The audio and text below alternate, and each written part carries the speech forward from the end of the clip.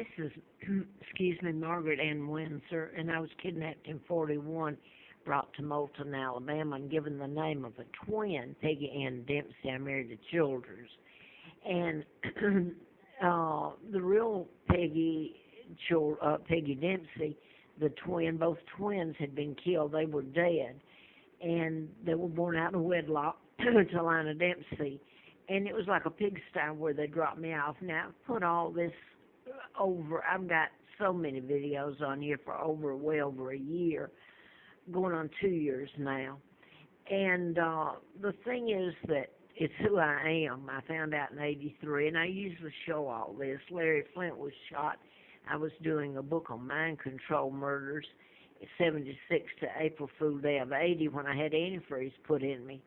And, of course, then I should have died. I wasn't supposed to have lived. It was more like a miracle than anything, especially with what was going on with me.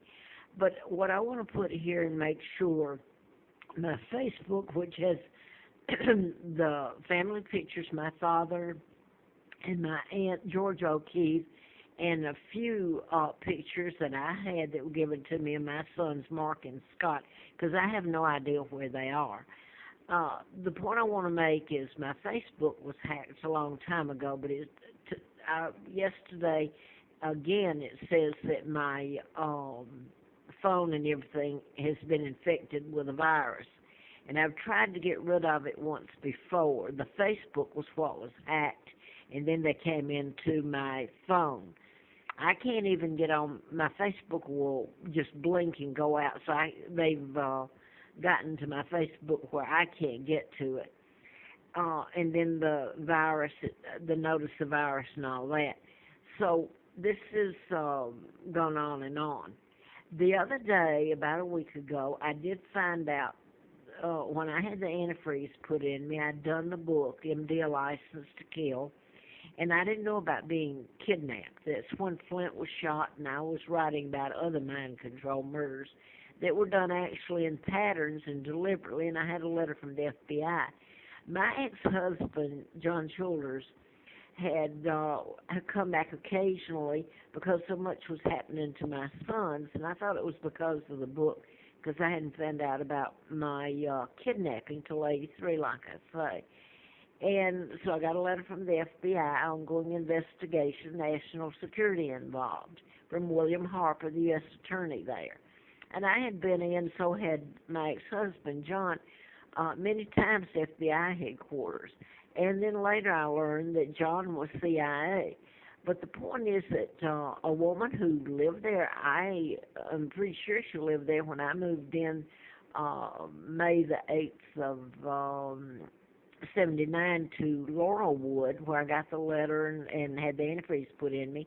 She lived there then. Her name, and I put this up, and her name is Twila Joyce Pelland, Pelland, Childers.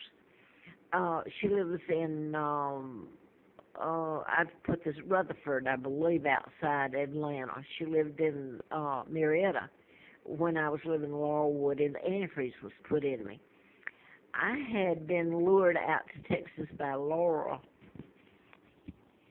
Childers. This is John's sister, and she was going to help me get a job. She's CPA, and she has a CPA firm, I believe she still has, in Austin, Texas. She lives in Lockhart, and it is so weird, this whole thing. It's unbelievable, all of it, and I'm just giving a segment out of it. But anyway, when I got out to Dallas, I called her, and I had called her before I left, and everything was okay. And suddenly she tells me to turn around and go back, that I'm no longer welcome. So when I got back my apartment, they had allowed my apartment, the manager knowingly, deliberately let him move my furniture, use my deposit, and sign a new lease. Never should this have been done. And let me go ahead and say this, that the manager there at Laurelwood at that time told me that her uncle had been in charge of the Patty Hearst kidnapping. Well, the Hearst castle, the Hearst news empire, the Illuminati, the Jews, the Bilderbergers, Rothschilds, Rockefellers, the Kennedy clan. Kennedy was appointed ambassador during my kidnapping and an illegal takedown of my father. And so that's who kidnapped me. Now then, going back to Laurelwood, this woman lived there, and I had the antifreeze put in me after I came back. No longer had an apartment. I didn't even have a key. Antifreeze was put in me by Lois Pearson, and it was orchestrated. I don't know by who all, but the FBI certainly knew about it. And I wonder, and I've questioned this last week, because my divorce was supposed to give me half of anything John ever had, even if he remarried. And I was told not too many years ago by a agency of the government that you can't say you didn't tell the truth on this one, that she had, I didn't get her name then, Twila's name, but that his new wife had my divorce papers. I tried, when so much had happened, after the antifreeze, I worked for the district attorney. I was illegally taken across the state line in that condition. I should have died, by the woman who killed her twins, and I grew up being told she was my mother and that I was Peggy Dempsey, the twin that survived. And later in '83, after I was flown out to Flint, I found out my real name. The Brits told me. And I wonder at this time, in '82, I tried to get some money from my divorce because I was just put on the street there in Huntsville. And I went back, had enough money to go back. And I'll get into detail here and let me say this. When I was there, the bus driver, Greyhound or Trailway, whichever one I was on, paid for my couple of nights at the Barclay because I was on the street with nothing. And I didn't know my apartment was still there, that they still had my apartment. And I really didn't know that John had remarried. And I called where he worked and asked for where he was, tried to get his number. And he shows up at my door. And he threatens me with doing what this woman that Dempsey, who's not my mother, what she had done to me. And that's to use the mental health system to lock you up. I had antifreeze put in me, and he was the one, my ex-husband, who, after it was finally done, after I was tossed around, I went for a tox screen. And this was on April Fool Day, and I went for a tox screen to see what was put in me and have it diluted or neutralized if possible. It became even worse. It was horrifying.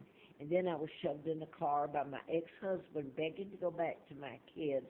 So I'm going to invite Lina Dempsey, and Philip Sullivan was supposed to be her son and a half-brother, which I doubt that seriously.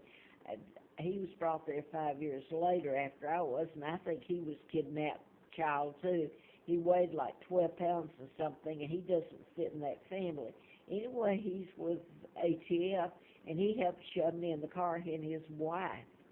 They forced me into her car, taken back to Huntsville, later worked for the district attorney, and I worked for computer science on manuals, Navy manuals.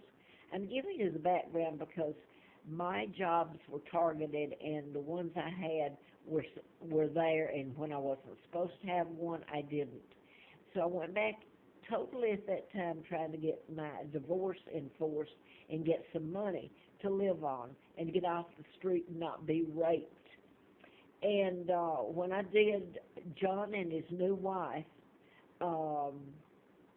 they signed, and the Cobb County Police told them, well, you have to have somebody this kin to her to sign it. So I'll tell you what they did. You have no background on what was done to my sons. John signed it, an ex-husband, and what happened, I thought I was going to be killed all over again. And this involves a lot of stuff that went on other than Larry Flint being shot in Lawrenceville, Georgia. So now I want to say, and this may go off, my ex-husband had actually gotten a U.S.